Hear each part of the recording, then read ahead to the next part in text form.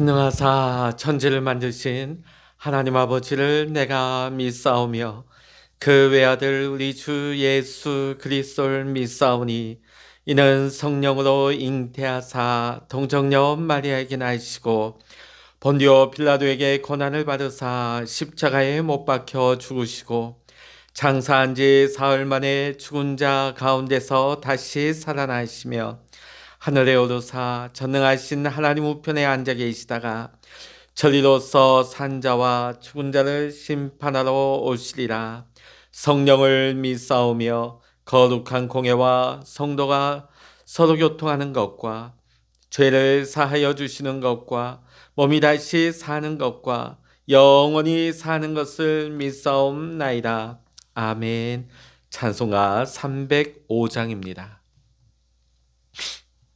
찬송가 305장입니다. 나 같은 죄인 살리신 주 은혜 놀라워 잃었던 생명 찾았고 광명을 얻었네. 근제악에서 건지신 주 은혜 고마워.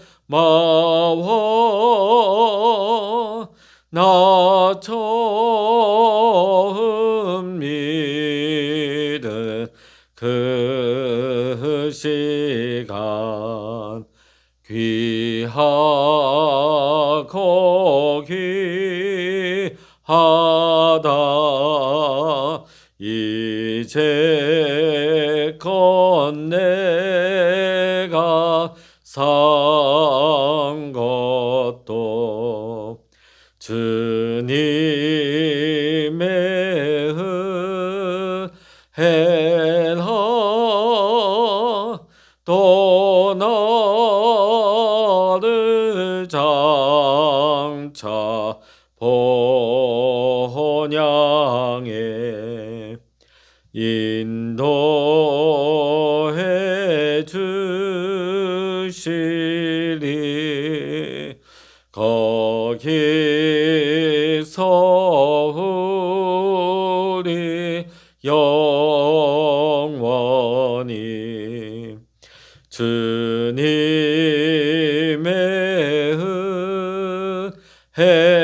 은혜로 해처럼 밝게 살면서 주 찬양하리라.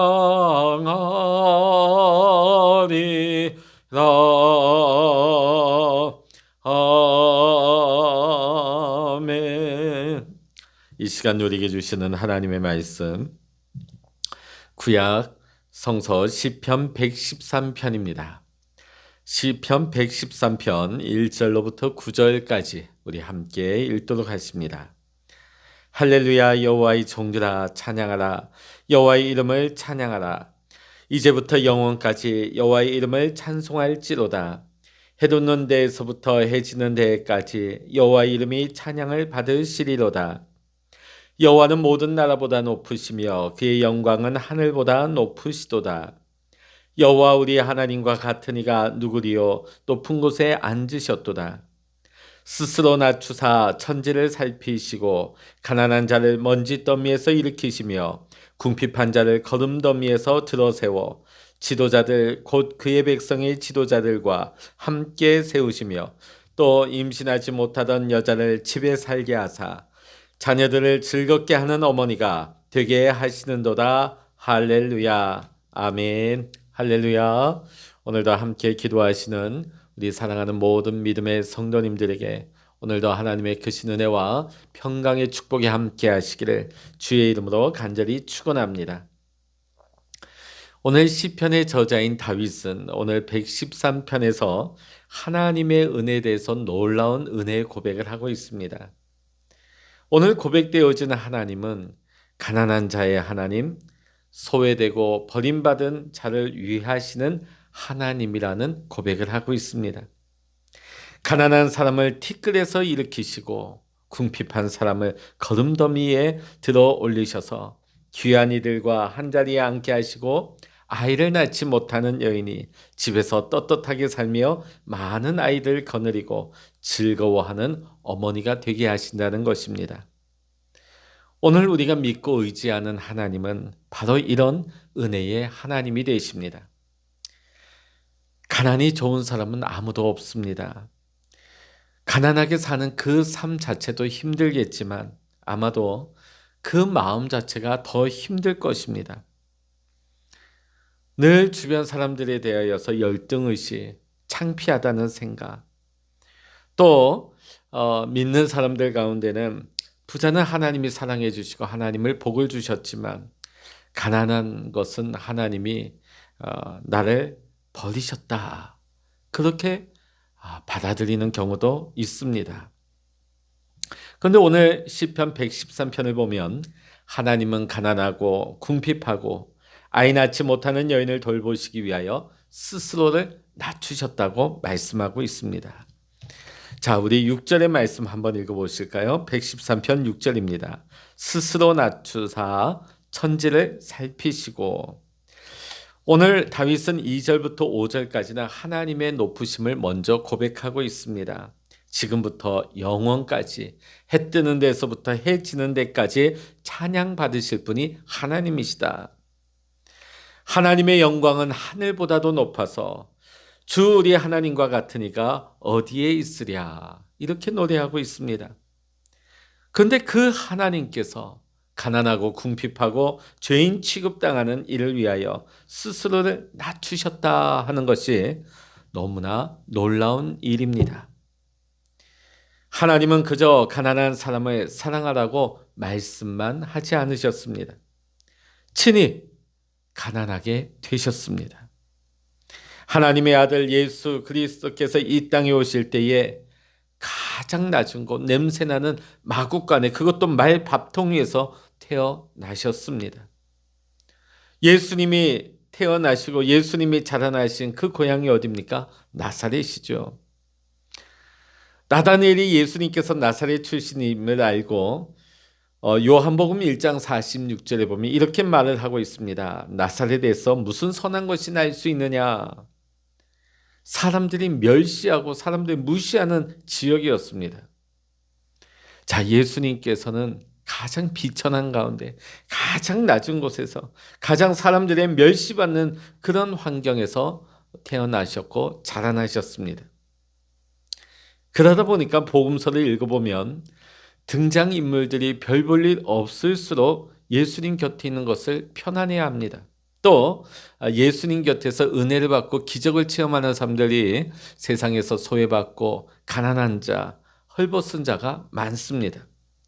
반면 사회적으로 성공하고 잘난 사람들일수록 예수님과 함께 있는 것을 불편해했습니다. 남편이 5이나 있었던 사마리아 여인, 매국노라고 손가락질 받던 세리, 7 귀신 들린 여인 등 이런 사람들은 예수님 곁에 오는데 어려움이 없었습니다. 그러나 그와 대조적으로 좀 더 존경받는 위치의 사람들인 경건한 바리새인들과 사두개인들, 또 부자 관원들은 예수님께 아주 차가운 반응을 보였습니다. 그들은 예수님을 평하기를 예수는 너무나 세속적이고 죄인들의 친구라고 생각을 했습니다. 그것도 그럴 것이 예수님 곁에는 늘 그런 죄인들, 그런 소외받은 자들, 세상에 손가락받는 죄인들이 예수님 주변에 늘 함께 있었고 예수님은 그들과 함께하는 것을 조금 더 꺼려하지 않으셨기 때문이죠. 오늘 이 시대의 교회의 모습은 어떻습니까? 교회 안에서 모르겠습니다. 오늘날 이 시대의 교회 안에서는 사회와 같은 흐름이 많이 들어온 것 같습니다. 사회는 어떤 사람들이 환영을 받습니까? 성공하고 존경받는 자들, 또 부유한 자들, 많은 것을 가진 사람들이 우대를 받고 환영을 받습니다. 그에 반해서 죄인들과 가난한 사람들은 그 사회의 일원으로 환영받기가 쉽지 않죠. 근데 언제부터인가 이런 모습이 교회 안에서조차 이런 모습이 들어온 것을 보게 되어집니다. 오늘 우리 교회는 어떻습니까? 우리도 뭐 별로 부유하지 않은데, 그렇다면 우리는 과연 가난하고 궁핍한 사람들에게 우리 교회 문턱은 정말 높지 않고 낮을까요? 정말 예수님께서 우리에게 보여주신 그런 모습의 교회일까요? 우리가 정말 예수님을 만났고 거듭났는지 가장 먼저 잘 아는 사람은 누구겠습니까? 바로 우리 가족들일 것입니다. 그리고 우리 주위에 있는 가난한 사람들, 그들이 진정 예수님의 교회라면, 진정 거듭난 예수님의 사람들이라면 그들이 먼저 우리를 알아보게 될 것입니다. 마태복음 25장 40절의 말씀 보면 임금이 대답하여 가라사대 내가 진실로 너희에게 이르노니 너희가 여기 내 형제 중에 지극히 작은 자 하나에게 한 것이 내게 한 것이라. 예수님이 말씀하셨습니다. 아까 제가 말씀드렸던 교회 문턱이 무엇입니까? 교회 문턱. 가난한 사람을 대하는 우리 성도님들의 한 분 한 분의 대하는 자세며 마음가짐입니다. 오늘 진정 예수님이 기뻐하는 교회에, 진정 교회의 참된 모습이라면 교회의 가난한 이들, 또 여러 가지로 힘들어하시는 분들이 오는 것이 당연한 것입니다. 그것이 지극히 정상적인 일이고 기뻐해야 할 일인 것입니다. 교회가 정말 예수님의 교회라고 한다면 그런 사람들이 많이 모여야 하는 것입니다. 예수님이 가는 곳마다, 예수님의 사역의 현장마다 가난한 이들이 모여들었습니다. 세상에서 소외당하고 헐벗은 자들이, 세상에서 소외당한 자들이, 힘들어하는 사람들이 예수님께로 나왔던 것처럼 말이죠. 가난한 사람을 도우려면 우리가 어떻게 해야 되겠습니까? 어떤 의식, 신념으로는 우리가 그들을 도울 수가 없습니다. 우리가 하나님의 은혜를 받아야만이 우리는 가난한 사람을 섬기고 도울 수가 있는 것입니다. 다윗은 자신이 쓴 시편 곳곳에서 자신을 가리켜서 가난하고 궁핍하다고 고백하고 있습니다. 시편 70편 5절에 보면 나는 가난하고 궁핍하오니 하나님이여 속히 내게 임하소서. 주는 나의 도움이시오 나를 건지시는 이시오니 여호와여 지체하지 마소서. 시편 86편 1절의 말씀 보면 여호와여 나는 가난하고 궁핍하오니 주의 귀를 기울여 내게 응답하소서 고백하고 있습니다. 자, 그리고 오늘 113편의 시편을 보면 가난한 사람을 티끌에서 일으키시며 궁핍한 사람을 거름더미에서 들어 올리셨다 하는 이 고백은 다윗 자신의 간증인 것입니다. 성경에는 나오지 않지만 전해져 내려오는 전승에 의하면 다윗은 목동 시절에 입었던 그의 허름한 옷을 평생 간직하고 있었다고 합니다. 왜 그랬을까요? 그것을 보면서 목동이었던 자신을 불러서 이스라엘의 왕으로 삼아주신 하나님의 은혜에 평생 감사하며 살았다는 것입니다. 정말 그랬을 것 같습니다. 다윗이 다윗일 수 있었던 것은 자신이 받은 하나님의 은혜를 결코 잊지 않았다는 것입니다. 다윗은 자신을 구원하시려고 하나님은 스스로 낮추셨다고 오늘 시편에서 고백하고 있습니다. 오늘 이 은혜는 다윗에게뿐만 아니라 우리에게도 임한 하나님의 은혜입니다. 하나님은 저와 여러분을 위하여서 스스로 낮추신 하나님이십니다. 어느 정도 낮추셨을까요? 우리 마음에 들어오시기까지 낮추셨습니다. 우리 7절의 말씀 같이 읽어보십니다. 가난한 자를 먼지더미에서 일으키시며 궁핍한 자를 거름더미에서 들어 세워. 아멘. 어느 정도 낮추셨느냐? 오늘 7절에 보면 가난한 자를 티끌에서 일으키신다. 흙바닥에 주저앉아 있다는 말이죠. 근데 또 여기 보면 궁핍한 자를 거름더미. 거름더미가 뭘까요? 우리 옛날에 보면 재래식 화장실 아마 다 아실 것입니다. 그걸 말하는 겁니다. 예레미야 17장 9절의 말씀 보면 만물보다 거짓되고 심히 부패한 것은 우리의 마음이라고 했습니다. 예수님이 우리의 마음에 임하셨다 하는 것은 무엇과 비교할 수 있겠습니까? 제가 아까 말씀드린 옛날 재래식 화장실, 진짜 냄새나고 더럽고 불결하기 이를 바 없는 그 화장실보다 더 더러운 우리 마음속에 들어오셨다는 것입니다.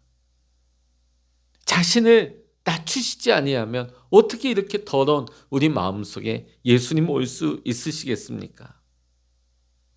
우리가 받은 놀라운 은혜를 우리는 잊지 말아야 합니다. 하나님께서는 가난한 자를 도우라고 하는 것이 부자는 정죄하고 가난은 무조건 선이다. 오늘날 사회에 보면 잘못된 이런 인식들이 있습니다. 부자는 뭔가 잘못됐고 가난은 선하다. 부자는 타도해야 되고 가난은 우대받아야 된다. 그런 것이 아닙니다. 또 가난한 자를 위하여 그들이 일어날 수 있도록 계급 투쟁하라는 것도 아닙니다. 사상적으로 투쟁하라는 것도 아닙니다. 오늘 하나님께서 우리에게 가난한 자를 도우라고 하는 것은 가난한 자를 도우라, 그들을 환영하라, 그들과 함께하라는 말씀입니다. 그런데 이것은 은혜 받은 사람만이 할 수 있는 일입니다.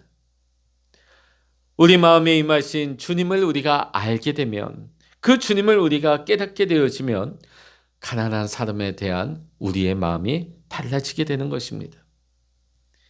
가난한 이들이 우리에게 하는 요청에 우리가 귀를 닫아버리는 것은 우리가 하나님의 은혜를 거절하는 것과 같다 하겠습니다. 부자와 거지 나사로 이야기에서 부자는 지옥에서 물 한 방울 달라고 애원을 합니다. 요청을 합니다. 그러나 거절을 당하죠. 왜 그렇습니까? 왜 그렇게 됐습니까? 살아생전 자기 집 앞에 있는 거지를 돌보지 않았기 때문입니다. 마태복음 7장 12절의 말씀 보면 그러므로 무엇이든지 남에게 대접을 받고자 하는 대로 너희도 남을 대접하라. 이것이 율법이요 선지자니라. 오늘 여러분의 주위에 가난한 자들이 있습니까? 그것이 여러분의 복임을 알아야 합니다. 그것은 우리에게 은혜가 항상 넘치게 하시라는 하나님의 또 다른 은혜입니다. 우리가 한때 가난했다면 그것이 지난날의 우리의 과거가 감추어야 할 부끄러움이 아니라 그것이 우리의 복인 것입니다. 왜냐하면 우리가 가난을 겪었기 때문에, 그 가난을 통과해봤기 때문에 그 누구보다도 가난한 자의 심정을 잘 알 것이기 때문입니다. 야곱이 에서를 만났을 때에 형 에서가 자신을 용서하는 것을 보고 이렇게 고백을 합니다.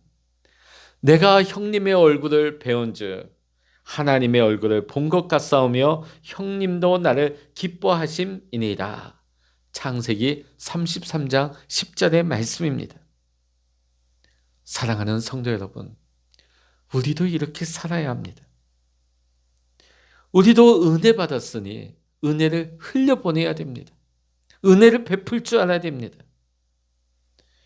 그러기 위해서는 우리 안에 오셔서 우리와 한 몸 되신 우리 안에 거하신 주님을 우리는 바라보아야 하는 것입니다. 가난한 자를 위하는 하나님이시기에, 우리에게 은혜를 베푸셨기에 지금도 우리 안에 임하신 것입니다. 이제는 주위에 가난하고 어려운 이들을 바라볼 수 있는 눈을 여시기를 바랍니다. 그들을 돕는 것, 그들을 베풀고 그들을 섬기는 것이 우리 주님께 하는 것임을 우리는 명심해야 할 것입니다. 가난한 자를 향한 주님의 마음이 오늘도 이 아침 주님 앞에 예배하고 기도하시는 여러분 가운데 하나님의 은혜가, 하나님의 사랑이 충만하게 부어지시기를 주의 이름으로 간절히 축원합니다. 기도하시겠습니다.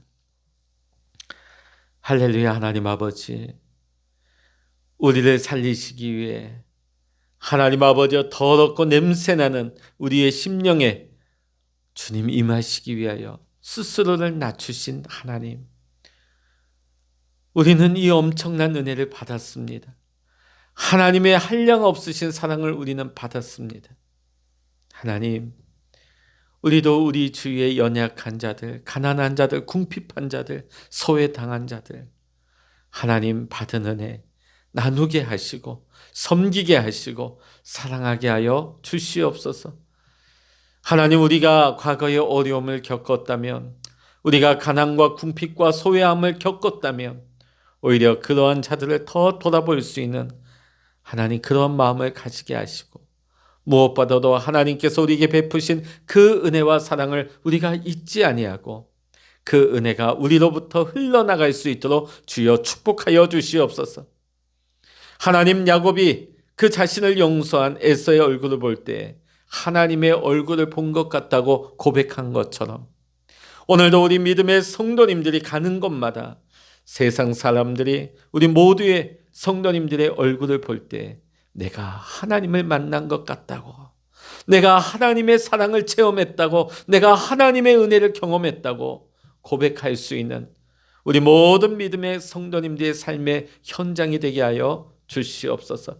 오늘도 이 아침 우리가 기도합니다. 기도할 때 우리의 마음의 소원, 우리의 기도의 제목들을 하나님 앞에 아뢰일 때 하나님 그 어느 것 하나도 그 기도가 땅에 떨어지지 아니하며 오늘도 하나님의 나라, 하나님의 뜻이 우리 가정과 우리의 삶과 우리의 일터 위에 우리의 모든 만남과 관계 속에서 하나님 동행하여 주시고 하나님의 뜻이 이루어지게 하여 주시옵소서.